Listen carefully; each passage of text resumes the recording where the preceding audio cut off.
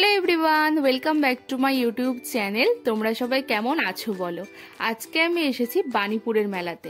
বাণীপুরের মেলার কথা নিশ্চয়ই তোমরা সবাই জানো, আর জানবে নাই বা কেন, যাকে বলা হয় পশ্চিমবঙ্গের দ্বিতীয় বৃহত্তম মেলা। মেলাটা কিন্তু আমার বাড়ির থেকে খুবই কাছে, মানে 10 থেকে 15 মিনিট মতো লাগে।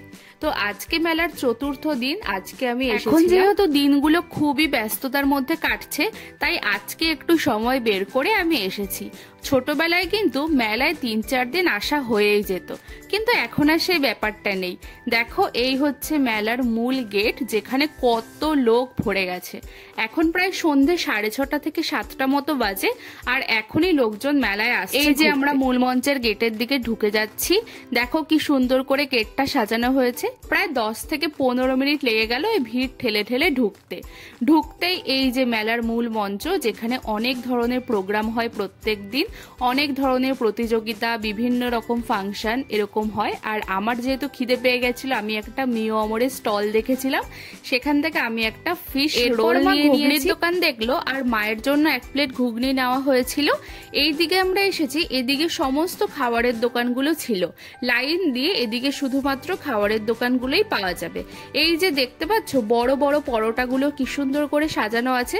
ছোটবেলা থেকে আমি এগুলো খালি দেখতাম আর ভাবতাম এরকম ভাবে সাজিয়ে রাখি এগুলো কি, কিন্তু তখন আমি জানতামই না যে এগুলো খাওয়া যায়, আর আমি কখনো খাইও নি। ঢাকাই পরোটা বলা হয় এগুলোকে। এদিকে হচ্ছে জিলিপি আর বাদামের দোকান, এখানে সবাই বসে বসে জিলিপি ভাজছে, আর গরম গরম জিলিপি বিক্রি হয়ে যাচ্ছে। এই কাকুটা আমি ভিডিও করছি দেখে আমাকে আবার জিলিপি দেখাচ্ছিল। আর এখানে দেখা আছে, দেখো হরেক মাল 10 টাকা, তুমি যেটা নেবে সেটাই 10 টাকা। কিন্তু 10 টাকার দোকানগুলোতে এমন কিছু নেই যেটা তোমার পছন্দ হবে, আর যেগুলো আছে সেগুলো কিন্তু 10 টাকা করেই পাওয়া যায়। তাও দিদি এখানে একটু দেখছিল। আমি এবার মেলায় গিয়ে আর কিছুই কিনিনি, এবার যেন আমার কিছু পছন্দই হয়েছিল।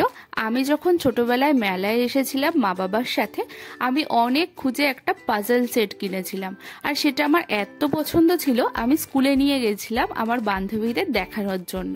কিন্তু সেখান থেকে আমার কয়েক টুকরো পাজল হারিয়ে যায়, সেগুলো আমি আর খুঁজে পাই না। আর ওই সেটটাও পুরো নষ্ট হয়ে গেছিল, কারণ ওগুলো ছাড়া তো আমি আর ওটাকে সেট করতে পারবো না। এটা ছিল ছোটবেলার কথা। দেখো এখানে লেখা আছে যা কিনবে 20 টাকা, 15 টাকা। আর এই কিউট কিউট পুতুলগুলো ভীষণ সুন্দর ছিল। তারপর আমরা এই দিকটায় এসছিলাম, এখানে রাখা ছিল সমস্ত রকম বেতের জিনিসপত্র, কাঠের জিনিসপত্র, লোহার জিনিসপত্র। আর এই বেতের জিনিসগুলো না যারা বিক্রি করছেন তারা ওখানেই বুনে বুনে এগুলো বিক্রি করে। তারপর আমি কয়েকটা বাদাম কিনেছিলাম। বাদাম কিনতে কিনতে আমি মেলা ঘুরে ঘুরে দেখছি এই যে সেই মেলার বিখ্যাত নাগরদোলা, যেটার হাইট কিন্তু অনেকটা। আর আমার যেহেতু হাইটে ভীষণ ভয় লাগে, তাই জন্য আমি কোনো দিনও নাগরদোলায় উঠিনি। সবাই কি সুন্দর উঠে ফটো পোস্ট করে, আমারও দেখে ইচ্ছে করে উঠতে, কিন্তু আমার কখনো সাহসেই কুলায়নি। তোমরা কারা কারা নাগরদোলা চড়েছো জানিও তো।